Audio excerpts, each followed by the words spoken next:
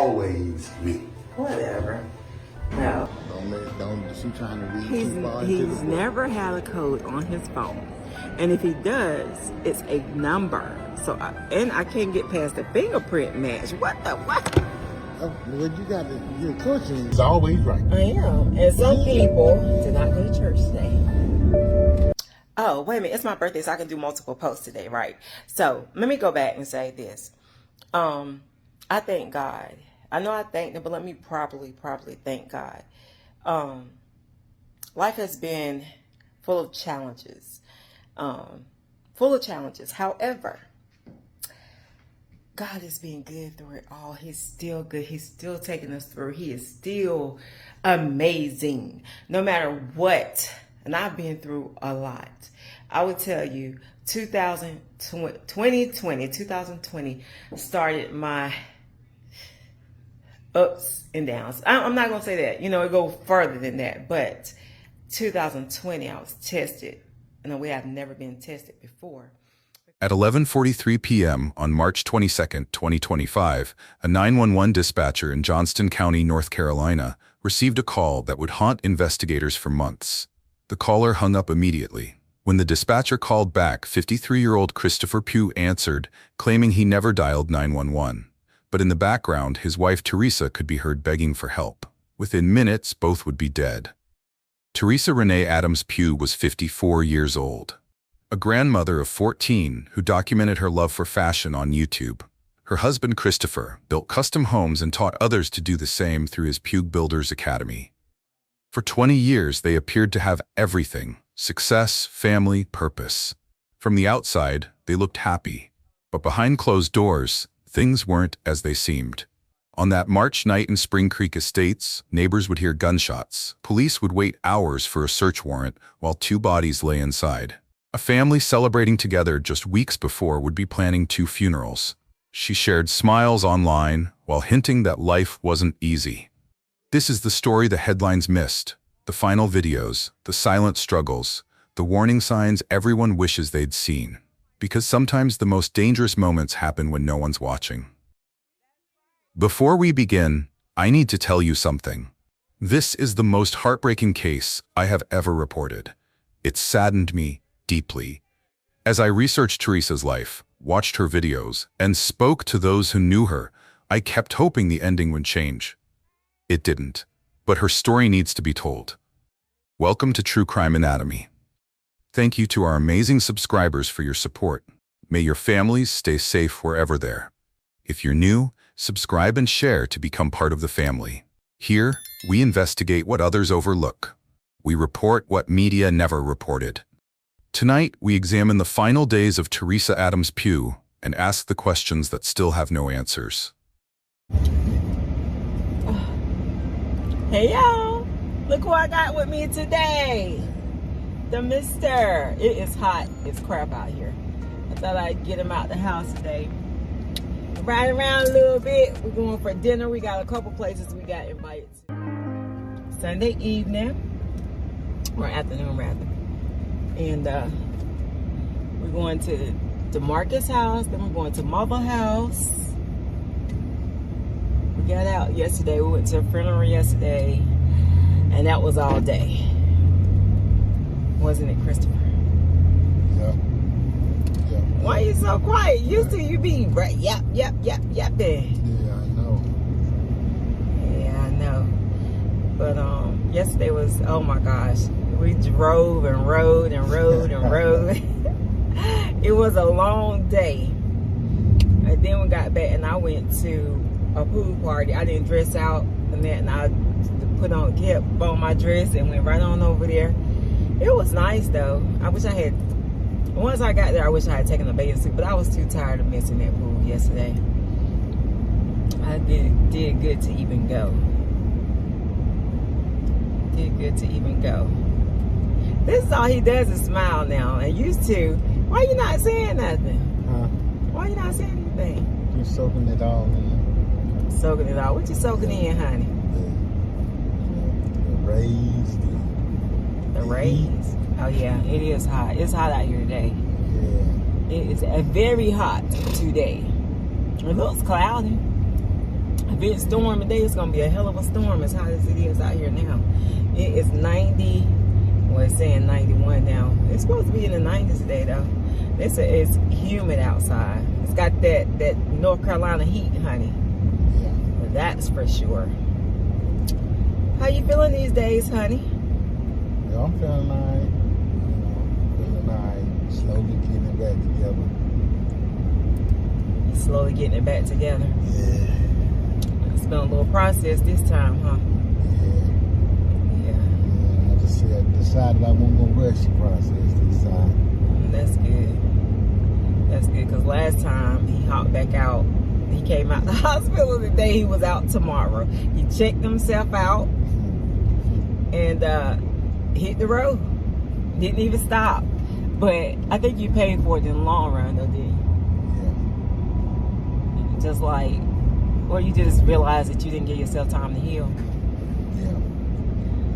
Yeah, these bodies ain't young as they used to be. Can't bounce back as quick, so we definitely have to listen to our bodies and, you know, ease your way back into the routine. I tell you what has been different, What's that? having you home every day for like a month. It gives us a sneak into his retirement, what it's gonna be like. Oh, we've been chilling though. We allow each other space, right?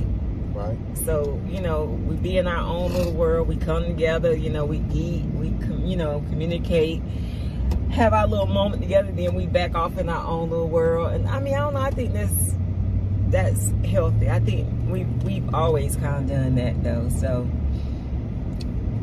it's kind of healthy. I think it's just been a little different for me, not having you as active and boisterous and stuff like that. That's been challenging for me. You know, just you're not talking like now. He's a man of few words, and usually he's a man of many, many, many words. Yeah. Just taking the time to get my motor skills back. Taking time to get your motor skills back. Yeah. You think that's the biggest thing that's been affected this time? Your motor skills? Yeah. Yeah. Like, and I think, you know, this is beneficial for somebody that has never had a stroke or never kind of dealt with, you know, a stroke. What am I seeing here? Or whatever. I mean, what you gonna do? What's he trying to do? Like, I thought he was just gonna sit there.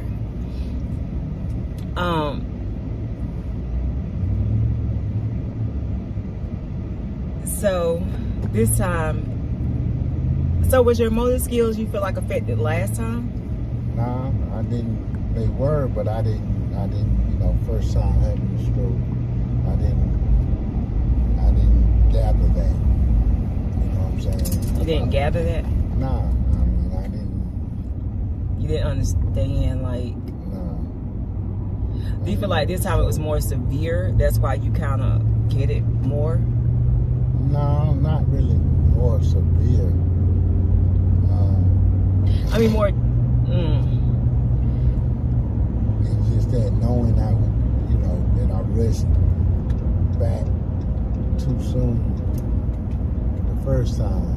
You know, I don't want to take no chances. You know, that's why I try to drive. I'll drive a little bit. You don't need to be driving. But well, I mean, you know what I'm saying? That's how I gauge my readiness. Your readiness. Yeah. But technically, you know, he's a man, he gonna do what he gonna do. It's just a matter of time. But you know, I mean, it's scary for me, but I get it. You know what I'm saying? I do. I get it. It's I don't know, I don't know, for this time, I think I've been more afraid, maybe because it's the second time, I don't know. I think, yeah, I think for me, I just been more afraid, you know. And then seeing you, you know, slower and, you know, it's kind of like, okay, what's going on here? And I told them I have to guess when you're sick or guess when something's going on. I have to guess because you don't tell me.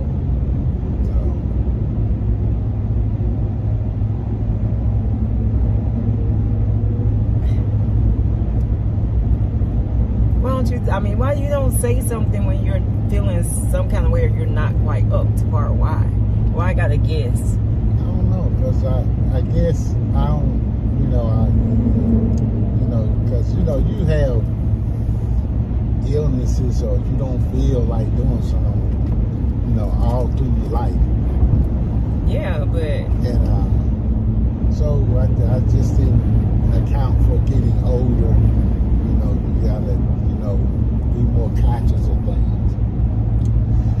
And that's the little period I'm in. I'm having to be more conscious than aware. And that's, it takes some getting used to. Because, what? Since, before 2020, I never got sick. Sure. So it's just been, that was kind of like the wake up, To the fact that you can get sick or it exists or... Yeah, that, Because I was the one that called everything. I called every virus, every cold, everything that came by. And I mean, girl, you've heard me say before, this man never gets sick.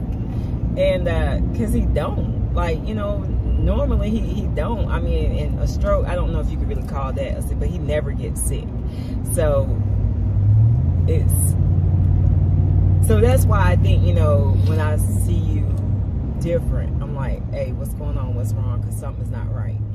Because, Teresa Renee Adams was born on June 29, 1970 in Moore County, North Carolina. She graduated from Fuquay-Varina High School and later attended Wake Technical Community College.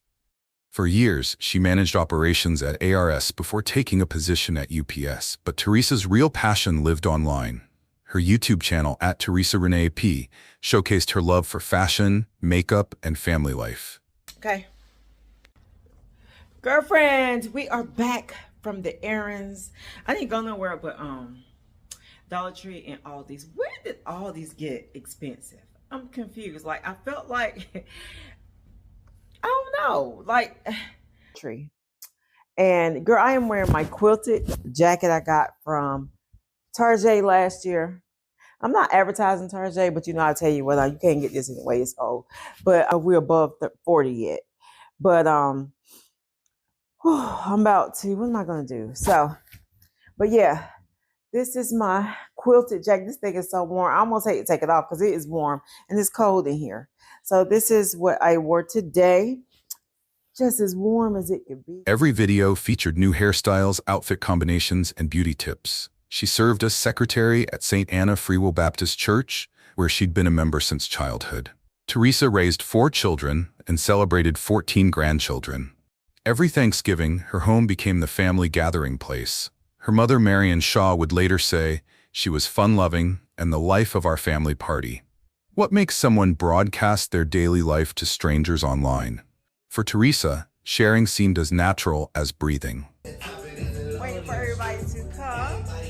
In December 2024, 3 months before her death, Teresa posted a video that now seems haunting. "Hey y'all, look who I got with me today. The Mister," she said brightly, pointing the camera at Christopher. He sat beside her, silent.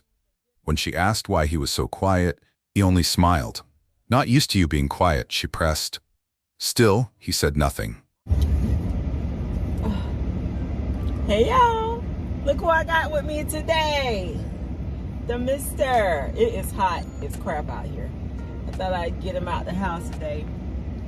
Ride around a little. Her family knew a different Teresa. Her granddaughter, Danya Adams-Smith, remembered, "She just wanted us to be the best we could be." Teresa loved dancing at family gatherings. She decorated for Christmas like her life depended on it. Her smile, they said, could light up any room. But between the uploads and family parties, Teresa had begun mentioning that life was throwing her ups and downs. Small admissions scattered across her videos. comments that viewers scrolled past, words that meant nothing until they meant everything. Hey girlfriend, hope all is well with you. Somebody is mowing, I think, the grass beside the road or something, so it might be a little bit loud. So I just came back from the doctor. Everything was all good. Everything was great. Blood work, everything looks excellent. I'm so happy. However, I tell you I was going through a little bit of depression, anxiety, and just a lot of things, going on, just a lot. My mom is now in the hospital. So I was talking to my doctor. Oh, I got my prescriptions already. And I talk to my doctor about everything, like everything. We talk. He's really, I tell you, my doctor is excellent. So we were talking, and so he asked me how was I doing with, anxiety. He's like, I know you've been going through a lot, and, because Chris, he's also Chris' doctor, so, he know, about a lot of stuff that's been going on. So he was like, how are you doing? He know that I suffer from anxiety and stuff like that. So I was already on, I forgot the name of it. I can't think the name of it right now. But I tell you, I take, medicine for anxiety sometimes, and it gets really, really, lately it's been really bad. I would say for the last probably like 2 to 3 months, because there was other stuff going on, before, well, no, April I was doing good, but I have these battles sometimes, and honestly, I've thought about death, and you know how, like, sometimes you be going through so much that you just ask yourself sometimes, like, would it be better off if I wasn't here? Not that I'm going to do anything to myself. I'm not doing anything to myself. But I think about, just because sometimes I just be under so much pressure, strain, stress, that, sometimes I really think about, just would it be better if I wasn't here, or something like that. And, he was like, those are thoughts that you don't want to be having. And so he recommended something else that's gonna, because what I'm currently on works for the moment. Like, it works like right now, Christopher Pugh seemed to embody the American dream. At 53, the Sanderson High School graduate had built an empire from nothing. After studying at Livingstone College, he spent 16 years as a licensed general contractor, eventually founding CB Pugh Enterprises, LLC. In 2008, he launched the Pugh Builders GC Academy in Raleigh. His mission statement read, "Building strong, creating with heart." The academy promised to transform lives by teaching construction skills to veterans, retirees, and entrepreneurs. Street in Raleigh, North Carolina, from 12 to 2 p.m. Have you ever thought? Christopher wasn't just successful, he was respected. He worked with the city of Raleigh on affordable housing projects in East College Park. He grew up in East Raleigh, he told students. This work meant something personal. Every month, Christopher traveled across North Carolina, Tennessee, and South Carolina, hosting free seminars. He called his curriculum the ABCs and 1-2-3s of construction. Students paid thousands to learn from him over 4-month programs. One graduate, Ricardo Morel, wrote, Mr. Pugh's program focuses heavily on the nuances of the field, but also business-focused content, such as funding, collaboration, and professionalism. Christopher posted frequently about America's housing shortage. He had solutions. He had vision. 7.3 million units needed, he wrote. He could help fix that. His students saw a generous mentor. His social media showed a community leader. But what kind of pressure comes with being everyone's answer to everything? Christopher and Teresa Pugh had been married for over 20 years. Their social media told a love story. Photos showed them embracing at church events, laughing at family barbecues, celebrating grandchildren's achievements. Their granddaughter, Dania, was heading to North Carolina A&T University. Teresa couldn't stop talking about it. The couple hosted parties so large that cars lined their entire street in Spring Creek Estates. Neighbors grew used to the gatherings, the laughter, the music. Teresa's cousin, Josette Battle-Goings, followed their life through Facebook. Anytime she posted about them, it was nothing but good things, Goings remembered. One recent post showed the couple in an embrace. They looked happy. They looked perfect. He adored her, Marion Shaw insisted. Whatever Renee wanted, Chris would give it to her. That's what everyone saw. That's what everyone believed. But cameras capture what we want them to capture. In Teresa's December video, Christopher's silence feels heavy now. She tried to draw him out, make him speak. He wouldn't, or couldn't. Life has its ups and downs, Teresa had started saying in her vlogs. The phrase appeared more frequently as 2024 ended. Her voice stayed cheerful when she said it. Her smile never wavered, but she kept saying it. The family saw no warning signs. My pawpaw never yelled at us, Dunya would later tell reporters. You can't even say you saw him mad. They didn't fuss in front of us. The Johnston County Sheriff's Office confirmed no domestic violence reports, no 911 calls, no police visits. Nothing on record to suggest that behind the holiday decorations and fashion videos, something had begun to crack. Sometimes the most dangerous silence is the one that looks like peace. By early 2025, Teresa's YouTube uploads had slowed. Where she once posted weekly, gaps stretched to months. When she did appear on camera, the changes were subtle but there. Going through a lot right now, she mentioned in one video, brushing past it quickly. Then again in another, life's been throwing some things at us. Always said with a smile, always followed by fashion tips or family updates. Christopher stopped appearing in her videos entirely. The man who once sat silently beside her was now absent altogether. Teresa filmed alone, talking to her audience about makeup and hairstyles. Both were working full-time. Teresa had recently returned to work at UPS after retirement. Christopher's construction academy faced the same pressures hitting the entire industry: rising costs, labor shortages, market uncertainty. His social media posts about the housing crisis took on a different tone. More urgent, more frustrated. When we watch someone's highlight reel, what are we actually seeing? And what are we missing? Teresa's final YouTube videos show a woman maintaining her routine, hair tutorials, outfit selections, but her energy had shifted. The woman who once lit up the camera now seemed to be going through the motions. Friends later admitted they'd noticed changes. Her posts became less frequent. Her responses to comments grew shorter. The elaborate fashion shoots gave way to quick selfies. Teresa Adams-Pugh posted her last video 2 weeks before she died. She talked about spring fashion trends. She never mentioned her husband once. March 22nd broke clear and mild in Garner, North Carolina. Spring Creek Estates woke to a typical Saturday. Neighbors tended yards, children played, the rhythm of suburban life continued uninterrupted. No one reported seeing anything unusual at 10 Cheney Drive. The Pugh home sat quiet among the other well-maintained houses. Cars in the driveway, no raised voices, no slamming doors. No signs that within hours, this address would be surrounded by police tape. At 11 p.m., Spring Creek Estates had settled into Saturday night quiet. Porch lights off, streets empty, the neighborhood slept. At 11:43 p.m., a 911 dispatcher received a call from 10 Cheney Drive. The caller hung up immediately. No words, no explanation, just a connection made and broken. Following protocol, the dispatcher called back. A man answered, Christopher Pugh, 53 years old, licensed general contractor, community mentor. I didn't call, he said. But the dispatcher heard something else. In the background, barely audible, a woman's voice. Teresa Pugh, 54 years old, grandmother, fashionista, the life of every family party. She was calling for help. The dispatcher stayed on the line. Christopher maintained he hadn't called. Teresa's voice grew more desperate. Then the line went dead. That 911 call lasted minutes, but would be analyzed for months. Christopher's voice was calm when he denied calling, controlled. Even as his wife pleaded in the background, Johnston County dispatchers sent units to Cheney Drive. First responders reached 10 Cheney Drive at approximately 11:50 p.m. As they approached the house, they heard what they'd later describe in reports as gunshots from inside.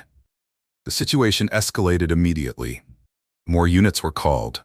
The Johnston County Sheriff's tactical team deployed. The quiet residential street filled with emergency vehicles, their lights painting the neighborhood in reds and blues. But the officers couldn't simply enter. North Carolina law required a search warrant, even with gunshots heard, even with a woman's plea for help on record. The legal process had to be followed. For hours, law enforcement waited outside while neighbors watched from windows. The delay would later spark community outrage. Why did they wait? What if Teresa was still alive inside? At 11 p.m., nearly 12 hours after the initial 911 call, authorities obtained their search warrant. The Johnston County Sheriff's Office tactical team prepared to enter. Inside 10 Cheney Drive, they found what the gunshots had already told them to expect. Christopher Pugh and Teresa Adams-Pugh were both dead from gunshot wounds. The investigation would officially classify it as murder-suicide. The home that had hosted countless family gatherings was now a crime scene. The woman who decorated it with such joy every Christmas would never see another holiday.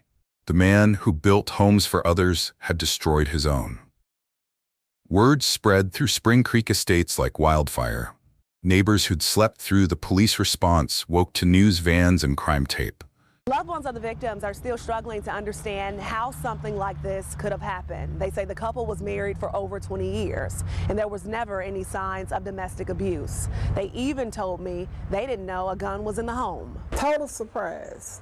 Unexpected, like. He adored her.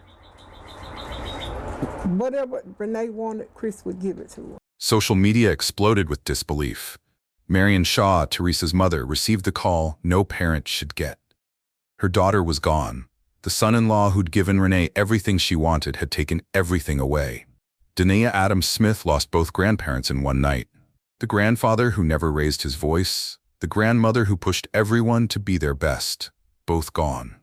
Total surprise, the family kept saying. There's no way we could have suspected this. The shock was genuine. The signs invisible until it was too late. Crime scene investigators processed 10 Cheney Drive methodically. They recovered the weapon. They photographed everything. They searched for a note, an explanation, anything that might answer why. No suicide note was found.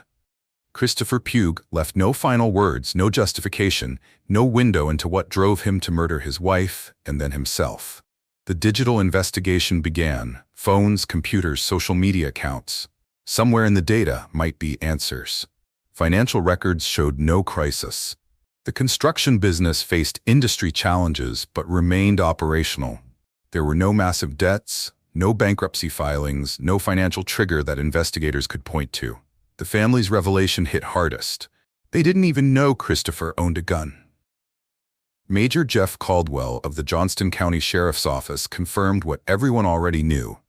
This was a murder-suicide. But knowing what happened and understanding why are different things. No history of domestic violence calls, no affairs discovered, no substance abuse, no mental health treatment records. The investigation found a marriage that looked stable until the moment it exploded.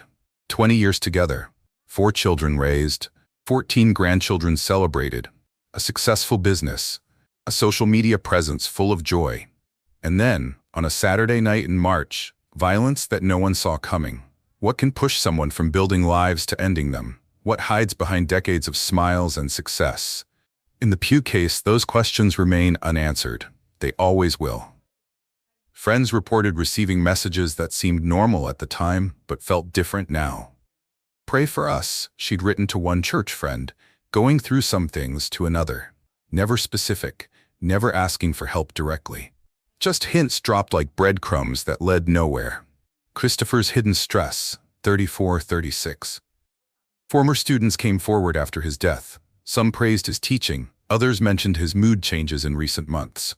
Shorter temper in classes, less patience with questions. The mentor they'd paid thousands to learn from seemed distracted, stressed, somewhere else. On March 21st, Christopher posted about housing solutions. On March 22nd, he destroyed his own home. The truth is simpler and harder. They were good at hiding. 20 years of marriage taught them to present unity. Success demanded appearing successful. By the time the cracks showed, the foundation had already failed. What could anyone have done? The question haunts those left behind. But preventing tragedy requires seeing past performance. It requires asking hard questions when someone insists everything's fine. It requires believing that silence itself is a scream. Teresa Adams-Pugh died on March 22, 2025. But her life was more than its ending. Her fashion videos remain online, teaching women how to embrace their style at any age. Comments still appear. "Thank you for the confidence. You inspired me. Rest in peace, beautiful soul." Her family chose to celebrate who she was, not how she died. On June 29th, her birthday, They gathered at her grave. They wore her favorite colors. They played her music. They danced like she taught them to dance, with joy despite pain. Dania Adams-Smith dedicated her college graduation to both grandparents. She spoke about Teresa's push for excellence, her belief in education, her love that demanded the best from everyone. The grandmother who'd planned to watch her walk across that stage was there in spirit. A foundation in Teresa's name was proposed, supporting women over 50 who want to return to work like she did, helping them find confidence, build skills, embrace change. Taking her message forward, it's never too late to reinvent yourself. Her sister's Facebook post on Teresa's birthday revealed the depth of loss. "I haven't been the same since you left. It's not a day that goes by that I don't think about you." She missed their calls, Teresa's laugh, the outfits, the hairstyles, the ordinary moments that only matter when they're gone. Healing isn't linear. Some days the family shares happy memories. Other days, the anger comes at Christopher, at the system, at themselves for not knowing. Grief and rage dance together in the space where Teresa should be. Every week in America, 12 women die in murder-suicides. The pattern repeats. A man in crisis decides his family's fate. Access to firearms increases lethality by 500%. These aren't crimes of passion. They're crimes of control. Economic stress correlates with family violence. Time doesn't heal all wounds. It just teaches you to carry them. As this documentary airs, Teresa Adams-Pugh would have turned 55. Her family gathered at Carolina Biblical Gardens on June 29th, singing happy birthday to a headstone. Teresa's photo leads the memorial board. Her smile still lights up spaces, just differently now. These changes can't bring Teresa back, but maybe they'll save someone else. Maybe Christopher's final act of destruction will prevent another. In tragedy's aftermath, hope feels small but necessary. The Pugh case teaches hard lessons. Success can mask struggle. Social media shows what people choose to reveal. 20 years together doesn't guarantee safety. Love and violence can exist in the same home. These truths sit heavy but need acknowledgement. Red flags often appear clear in hindsight. Teresa's increasing isolation, Christopher's professional stress, the silence in their videos, the gradual withdrawal from community. But recognizing these signs in real time requires attention we rarely give. It requires seeing past comfort to truth. Resources exist. The National Domestic Violence Hotline, 1-800-799-7233. The Crisis Text Line, text HOME to 741741. Local shelters, counseling services, support groups. Help waits for those who seek it. The challenge is reaching people before they think it's too late. Community responsibility means uncomfortable actions. Asking direct questions when someone seems off. Offering specific help instead of general platitudes. Believing that everyone, regardless of success or status, can need support. Moving past politeness to genuine care. The comment section below contains resources for your area. Share them, save them, use them. Your action today might prevent tomorrow's tragedy. So we leave you with this. Who haven't you talked to lately? Who might be performing happiness while hurting? Who needs to hear that struggling is human, that help exists, that tomorrow can be different? Make the call, send the text, ask the question, because once someone becomes a headline, it's too late for anything but regret. Thank you for watching True Crime Anatomy. Subscribe for more stories that matter, that teach, that might save lives. Next time, we examine another case where success hid suffering, where silence became deadly. But today, remember Teresa Adams-Pugh. Remember Christopher Pugh. And remember that every tragedy begins with someone who needed help and didn't get it. May your families stay safe. May you have the courage to seek support. May we all do better. Until next time.